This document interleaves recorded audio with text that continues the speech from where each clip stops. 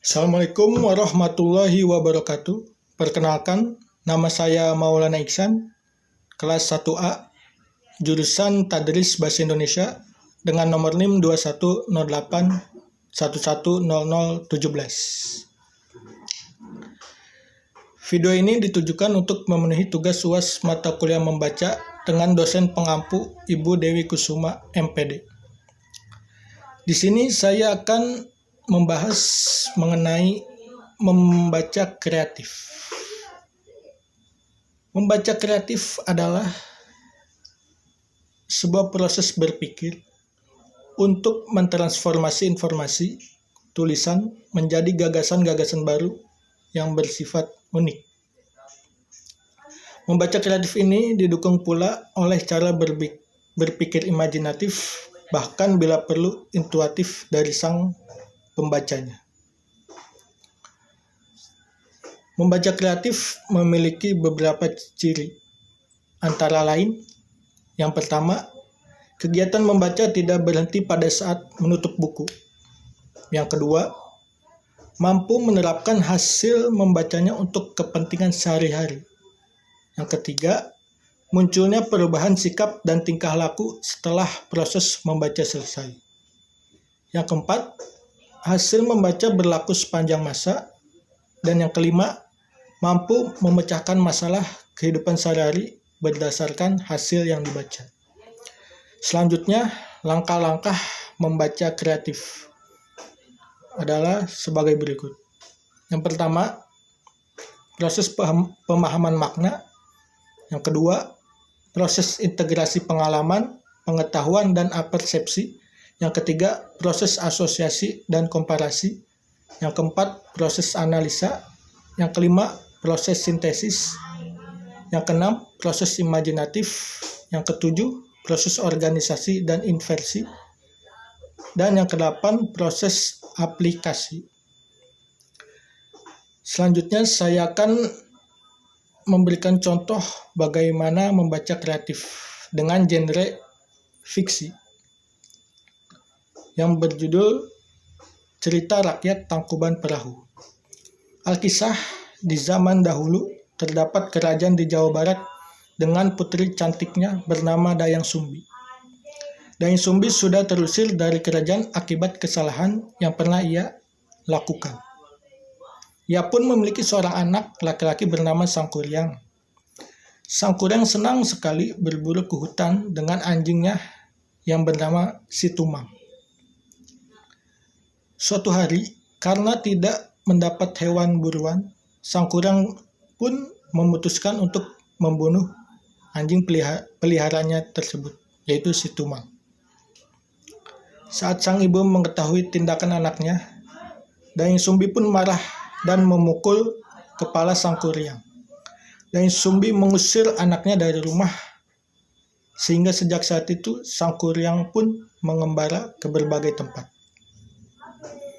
Dayang Sumbi memiliki berkah berupa wajahnya yang awet muda. Hingga belasan tahun lamanya, Sangkuriang dewasa pun kembali ke kampung halamannya dan bertemu wanita cantik yang tidak lain adalah ibunya sendiri. Sangkuriang yang jatuh cinta berniat melamar wanita tersebut. Dayang Sumbi hampir saja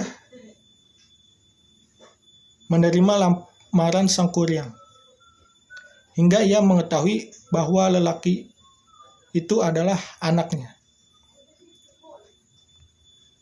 Untuk mencegah niat Sangkuriang, Dayang Sumbi meminta syarat berupa dibendungnya Sungai Citarum dan dibuatkan perahu besar dalam semalam. Sangkuriang pun menyanggupi permintaan Dayang Sumbi tersebut.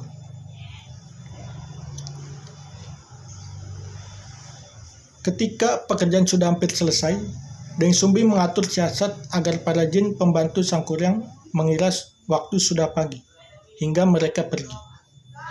Sangkuriang yang mengetahui siasat licik Dayang Sumbi tersebut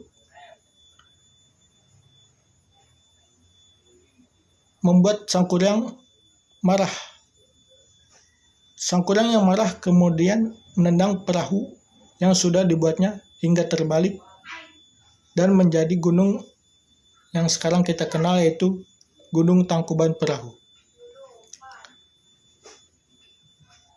Itulah cerita Gunung Tangkuban Perahu. Selanjutnya, cerita non-fiksi yang berjudul Sejarah Revolusi Rusia 1917. Negara Rusia mengalami begitu banyak revolusi dan jatuh bangun dari mulai berdirinya hingga saat ini.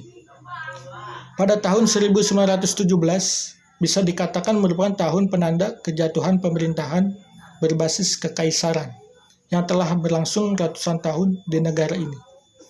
Pada tanggal 8 Maret 1917, sebuah tuntutan yang dilakukan sekelompok wanita di Petrograd ini menjadi awal penanda revolusi besar Rusia. Saat hari itu, sekelompok wanita menuntut hak atas makanan serta moral pendidikan. Kericuhan ini pun kemudian merembet hingga kepada pencurian roti di pabrik-pabrik roti.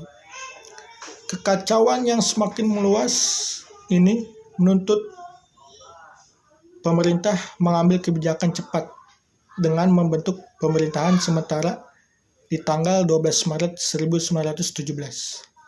Pada tanggal 15 Maret 1917, Tsar Nicholas II pun turun tahta. Kerusuhan yang menjadi sebuah revolusi ini diinisiasi oleh sekelompok masyarakat yang kelaparan di kota. Partai politik serta kelompok-kelompok pun turut menuntut terwujudnya demokratisasi dan kemerdekaan.